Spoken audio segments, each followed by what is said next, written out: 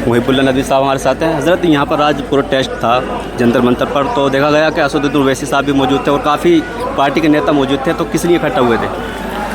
देखिए, जो BJP government NDA government एक बिल लेकर आई है, वक्फ अमेंडमेंट बिल, जिससे मुसलमानों की शनाख्त, उनकी मजहबी आज़ादी ख़त्म हो रही है, उनके मजहबी मामलात में साफ दखल अंदाजी हो रही है, उनकी मसाजिद और कब्रस्तान के जो स्टेटस जो हज़ारों सैकड़ों साल से चले आ रहे हैं उसको छीनने की एक कोशिश है।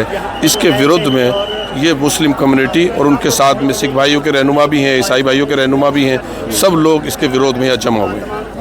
तो अगर यहाँ से काम नहीं चला तो आगे कहाँ क्या करेंगे? कॉन्स्टिट्यूशन ने जो भी रास्ते इख्तियार दिए हैं हमें अपने हक़ को लेने के लिए, वो करेंगे।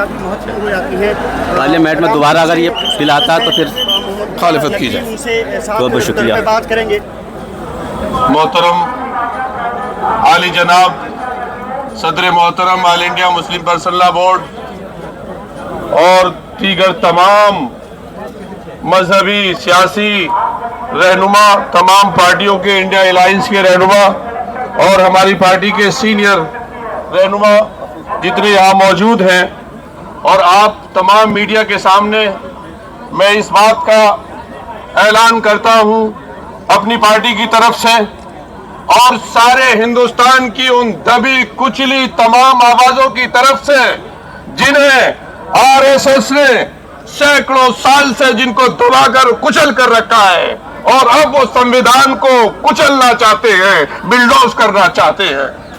समाजवादी पार्टी ने, माननीय अखिलेश यादव जी ने पहले दिन ही जब ये बिल लाया गया था साफ साफ कह दिया था कि ये कॉन्स्टिट्यूशन संविधान पर सबसे बड़ा होने वाला आजादी के बाद हमला है, हम इसको कभी बर्दाश्त नहीं कर सकते।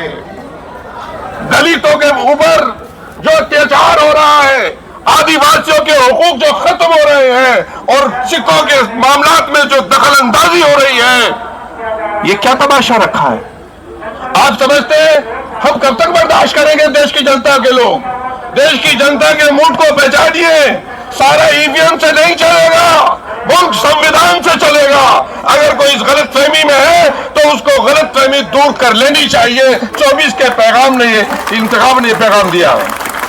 मुसलमानों के साथ मैं अपनी बात खत्म कर रहा हूं। जिस तरह से मजाक किया जा रहा है कि उनके मजहबी मामलात में दखल अंदाजी की जा रही है, ये बीजेपी वो पार्टी है जो एक मुसलमान को सारे मुल्क में एक सीट लोकसभा की नहीं दे सकती। वो वक्त की रक्षा क्या करेगी, हिफाजत क्या करेगी? ये वो लोग हैं कि जिनके मिनिस्टर के सामने लंदन की सड़कों पर देश का अपमान हो और इनके चेहरे पर कोई रंगत इनकी बदले ना, कोई उस पर स्टेटमेंट ना आए। ये कौन लोग हैं? देश की जमीन अरुणाचल और हिमाचल में खिसक रही है जमीन, उसके ऊपर सरकार ने आके बदली है। ये सिर्फ हिंदू मुस्लिम इशू को उठाकर लड़ाकर अपनी सरकार को मजबूत करना चाहते हैं। मैं अपनी बात को खत्म कर रहा हूं इस पैगाम के साथ कि ये लड़ाई लंबी है, ये लड़ाई उन अंग्रेजों के गुलामों से है जिन्होंने देश के साथ कभी अहद वफा नहीं किया, और ये देश के उन वफादारों से है जिन्होंने 100 साल तक देश की धरती को बचाने के लिए, देश की इज्जत और वकार को बचाने के लिए अपनी जानों की कुर्बानियां दी हैं।